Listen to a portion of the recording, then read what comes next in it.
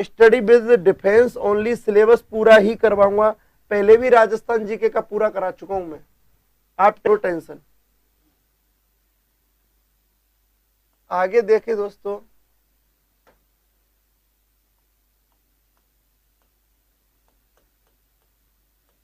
एके का वारंगल अभियान, वारंगल अभियान, अलाउद्दीन खिलजी का वारंगल अभियान 1309 में। एक बात आप लोग समझ लें, वारंगल वर्तमान का तेलंगाना क्षेत्र है और इस वारंगल क्षेत्र का अलाउद्दीन खिलजी के समकालीन जो शासक था दोस्तों, उसका नाम था प्रताप रुद्रदेव। काकतीय वंश का शासक हुआ करता था प्रताप रुद्रदेव। और यहाँ पर अलाउद्दीन खिलजी का जो सेनापति है या अलाउद्दीन खिलजी के जो युद्ध का नेतृत्व कर रहा है या अलाउद्दीन खिलजी के अभियान का जो दोस्तों सेनापति या नेतृत्व करता है, या मैं कह दूं कि अलाउद्दीन खिलजी का प्रतिनिधि जो है वो कौन है, मलिक काफूर है। कौन है दोस्तों, मलिक काफूर है। और इसके विरुद्ध लड़ने के लिए तैयार है कौन, प्रताप रुद्रदेव। प्रताप रुद्रदेव। और दोस्तों ये कहाँ का शासक है, अपन बात करें दोस्तों, बिल्कुल स्टडी विद डिफेंस। आगे अपन बात करें, बहुत बढ़िया rising Soni, happy Saini, librarian का एग्जाम तो भगवान जाने कब होगा। मलिक काफूर और प्रताप रुद्रदेव के मध्य युद्ध होना है। बिल्कुल दोस्तों, अब ये तो सरकार ही जाने कि प्रताप रुद्रदेव का उपनाम, प्रताप रुद्रदेव की क्या हुई, जीत क्या हुई है, हो रही है, क्योंकि प्रताप रुद्रदेव ने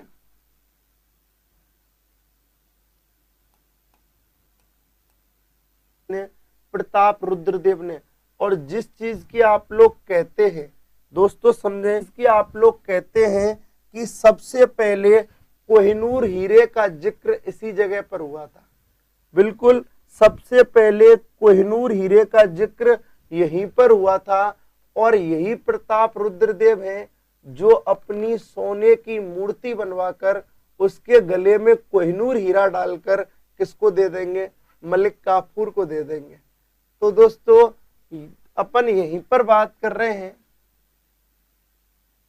मैं नोट लगा देता हूं एक,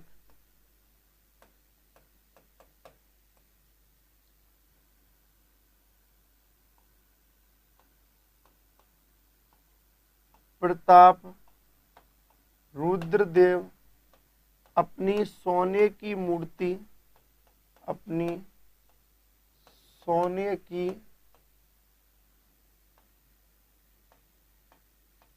मूर्ति बनवाकर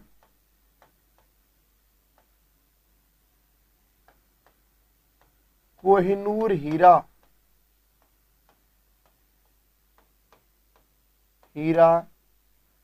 गले में डालकर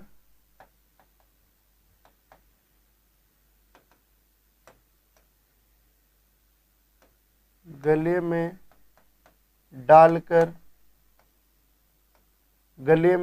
डालकर मलिक काफूर को देते हैं, मलिक काफूर को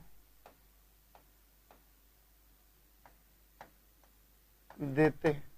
भाइयों यहीं पर सर्वप्रथम कोहिनूर हीरे का क्या किया गया है, जिक्र किया गया है। आगे अपन बात कर लें यहाँ पर।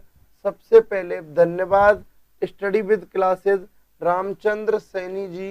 यहीं पर प्रताप रुद्रदेव के समय में, इस 1309 के वारंगल अभियान के समय में सर्वप्रथम दोस्तों कोहिनूर हीरे का क्या हुआ है, जिक्र हुआ है। तो आगे अपन बात करें,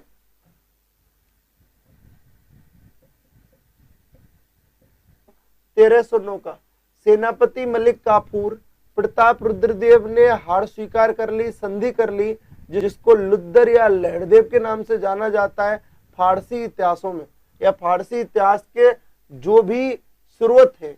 मलिक काफूर की क्या होती है? जीत होती है, बड़ी जीत मानी जाती है। आप लोग याद रखें, जो प्रताप रुद्रदेव है दोस्तों, ये काकतीय वंश का शासक था। कौन से वंश का? काकतीय वंश से बिलोंग करता है।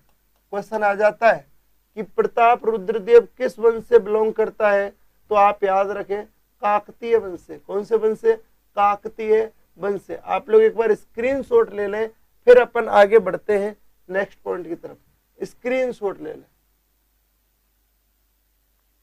और भी कुछ देखा दोस्तों, अमीर खुसरो ने एक बात कही थी कि यहां से इनको इतना धन प्राप्त हुआ था कि कोस के बोझ से करहाते 1000 ऊंटों को लेकर मलिक काफूर दिल्ली पहुंचा। इतना धन प्राप्त हुआ कि उसने बड़ा जबरदस्त कमेंट किया है कि कोस के धन के बोझ से करहाते हुए 1000 ऊंटों को लेकर भाई साहब मलिक काफूर किधर पहुंच गया है? अलाउद्दीन खिलजी के पास, दिल्ली पहुंच गया।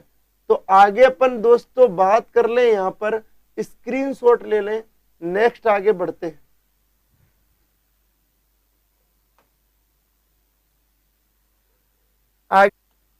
दोस्तों ये जो होयसल क्षेत्र है, मैं आपको बता दूं, ये मैसूर हैदराबाद वाला क्षेत्र है सारा का सारा। अपन बात कर रहे हैं यहाँ पर अलाउद्दीन खिलजी का होयसल अभियान, और कब हो रहा है? 1310 ईस्वी। गुड मॉर्निंग चंद्र प्रकाश जी। हमने देखा दोस्तों यहाँ पर होयसल अभियान देखा। बिल्कुल दोस्तों आप लोग गलत करें, कमेंट ना करें, बिल्कुल ना करें। और दोस्तों इसमें ज्यादा कुछ नहीं, शासक था, उसका नाम था बल्लाल देव थर्ड। बल्लाल देव थर्ड। अपन बात कर रहे हैं यहां पर मलिक काफूर,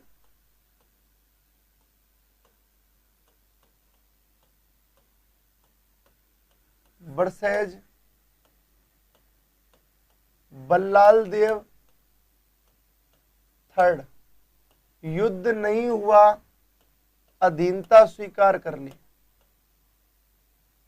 अधीनता स्वीकारी। युद्ध नहीं हुआ है, संधि कर ली, सरेंडर कर दिया, आत्मसमर्पण कर दिया। ऐसा वर्ड कर देता हूं मैं कि आत्मसमर्पण कर दिया। क्या कर दिया दोस्तों? आत्मसमर्पण कर दिया। आत्म समर्पण किया। बल्लाल देव थर्ड ने क्या कर दिया? आत्मसमर्पण कर दिया। होयसल के शासक दोस्तों बल्लाल देव थर्ड ने आत्मसमर्पण कर दिया, और युद्ध तो हुआ ही नहीं। अरे मंजे बैरवाजी, ये बाहुबली वाला नहीं है। आप लोगों का ध्यान पिक्चर पर चला गया। बिल्कुल वहां पर बल्लाल देव था, लेकिन ये वो बल्लाल देव नहीं है भाई। अरे कहां जा रहे हो तुम लोग? ये वो बल्ली वाला नहीं है भाई। नहीं नहीं, ये यहाँ पर होयसल पर जाते मलिक काफूर की जीत हो जाती है, और दोस्तों बल्लाल देव थर्ड क्या कर देता है? आत्मसमर्पण कर देता है। ये बाहुबली वाला नहीं है।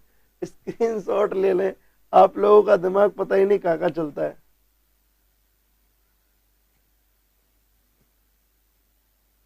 आगे तो अपन यहां देख लेते हैं।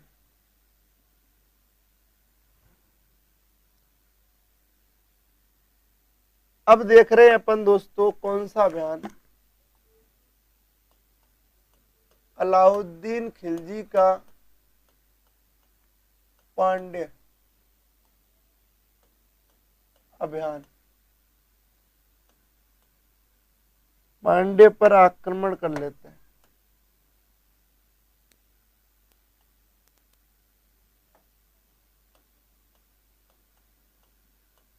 आक्रमण,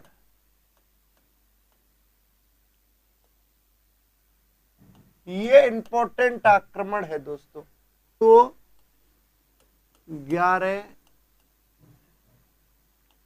1311 ईस्वी का इंपॉर्टेंट आक्रमण है, अलाउद्दीन खिलजी का पांड्य पर आक्रमण। दोस्तों बिल्कुल लाइक और शेयर कर दें इसको, बिल्कुल लाइक और शेयर कर दें सारे के सारे।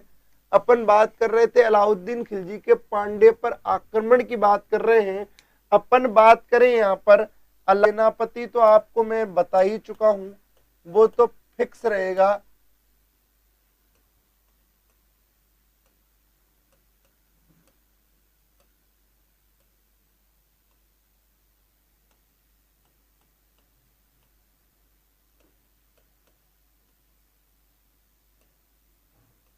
ये देखें, सेनापति मलिक काफूर है दोस्तों। और दोस्तों जो मलिक काफूर है उसके विरुद्ध लड़ने वाला व्यक्ति मारवर्मन कुलशेखर है। इसका नाम क्या है? मारवर्मन कुलशेखर। ये यहाँ का शासक था। याद रखना दोस्तों, मारवर्मन कुलशेखर जब तक जीवित था दोस्तों, जब तक जीवित था दोस्तों, ये तमिलनाडु क्षेत्र में पड़ते हैं सारे के सारे।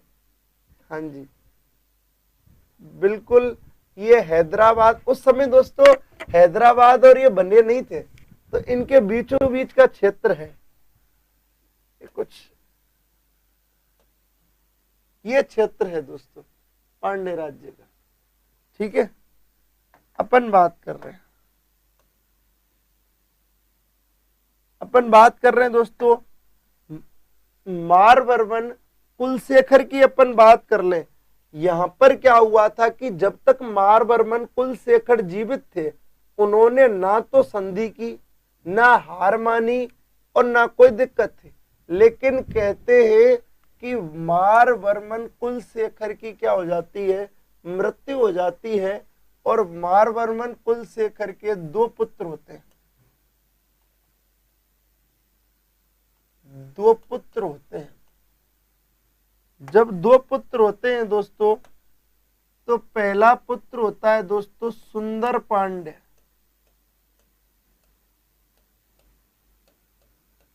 सुंदर पांड्य, और एक होता है वीर पांड्य। दोस्तों यहां पर एक लफड़ा होता है, दोनों भाई राजा बनना चाहते हैं। तो सुंदर पांड्य और वीर पांड्य की बात करूं कि वीर पांड्य राजा बना और सुंदर पांड्य राजा नहीं बना।